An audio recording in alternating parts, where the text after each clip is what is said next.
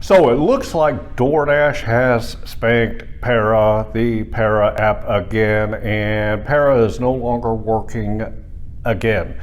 The thing I want to talk to you about today is the fact that using an app to try to determine what DoorDash is going to pay you is not really necessary. I've said it before when I've talked about Para in the past, and I'll say it again. It's not necessary to use an app like Para to take a look at orders and see what the total payout is going to be. My name is John McFall, and I want to welcome you to the McFallRI channel, where I teach you how to make $25 to $30 an hour doing food delivery.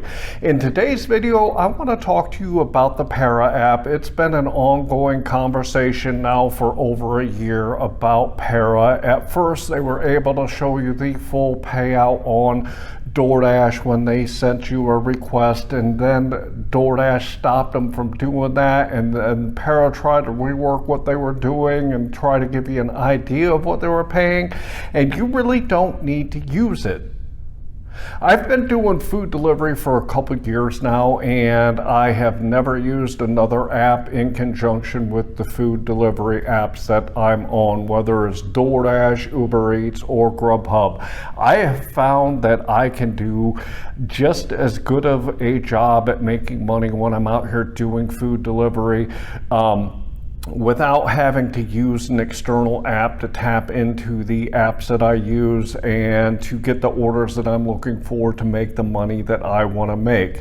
I also want to say that it is a violation on your terms of service if you use an app to circumvent the platform that you are working on. Go read your terms of service. It states it right in there, and this is why DoorDash keeps defending itself against the Para app, because the Para app does violate those terms of service. So in its latest foray, the Para app has tried yet again to get into the DoorDash app to get you information that you might need to do better when you're out here doing food delivery. And what I gotta say about it is this, is after you've done food delivery on these platforms for a while, you can just really intuitively know when an order comes up on your screen if it is a good order or not.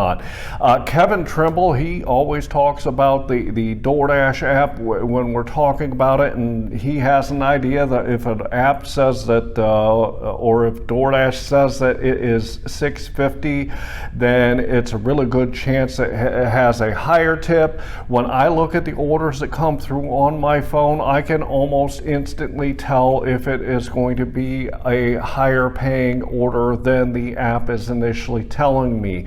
The one thing I gotta say about it is this, and I've said this in other videos before: when you're out there doing food delivery, pick the orders that are the best ones for you at that moment. I have said this a lot. When I'm out here doing food delivery, I don't need to try to circumvent the apps to see if they're a good order or not. I look at the dollars to time, the dollars per mile, and the average per order when I'm out there.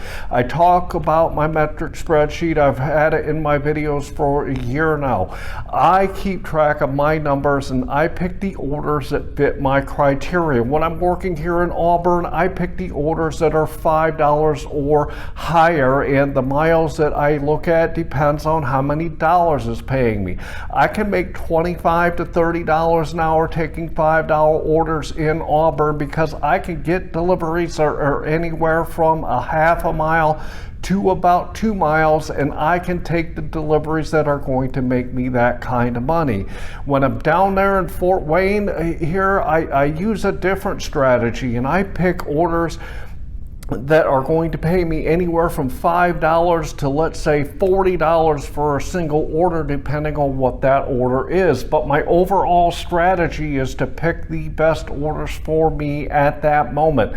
Sometimes I get orders on all three of the apps at the exact same time. Other times one of the apps isn't sending me anything and I've got two to work on. Other times I might just have one that's really bumping. But the bottom line is you don't need an app to tell you what orders to take. You just take a look at the orders that come in on your phone and decide if those orders are going to fit your criteria. Get out there and understand and learn your marketplace and understand how the apps work in your marketplace so you know where you can go to get the best orders for you. I've got 5 different sweet spots here in Fort Wayne. Look at my map. I know where to go in my marketplace to get the orders that I'm looking for. I can consistently make the money that I want to make because I know how the apps work in my marketplace. I know how my marketplace works, and I know where in my marketplace to go to get the orders that I'm looking for.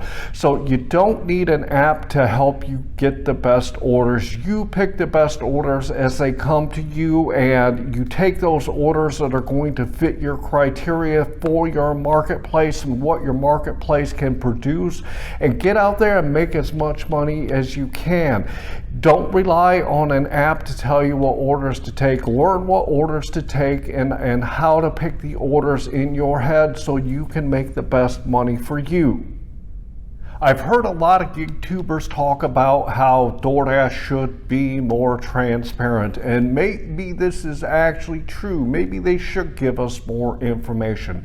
However, they don't, and this is what their choice is. And when we signed up to work on the platform, we agreed to their terms of service. So honestly, there's nothing that we can really complain about because we agreed to do it the way that they have it set up. So rather than trying to circumvent the system and worry about what information they don't send us, whether it's DoorDash or Uber Eats or GrubHub, take what they do give us and go with it and make it the best that you can out of what they provide us. And you can make that $25 to $30 an hour. I want to remind you that down here in my description, I always have some great tools for you. If you want to do better out here doing food delivery, go grab my metric spreadsheet. I'm going to throw it up here on the screen real quick so you guys can take a quick look at it.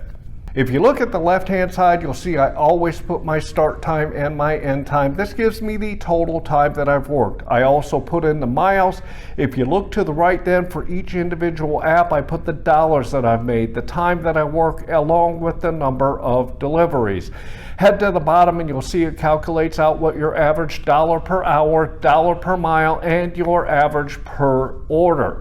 If you want to really improve what you're doing out here when you do food delivery, it starts by keeping track of your numbers. This is why I've preached it for over a year now.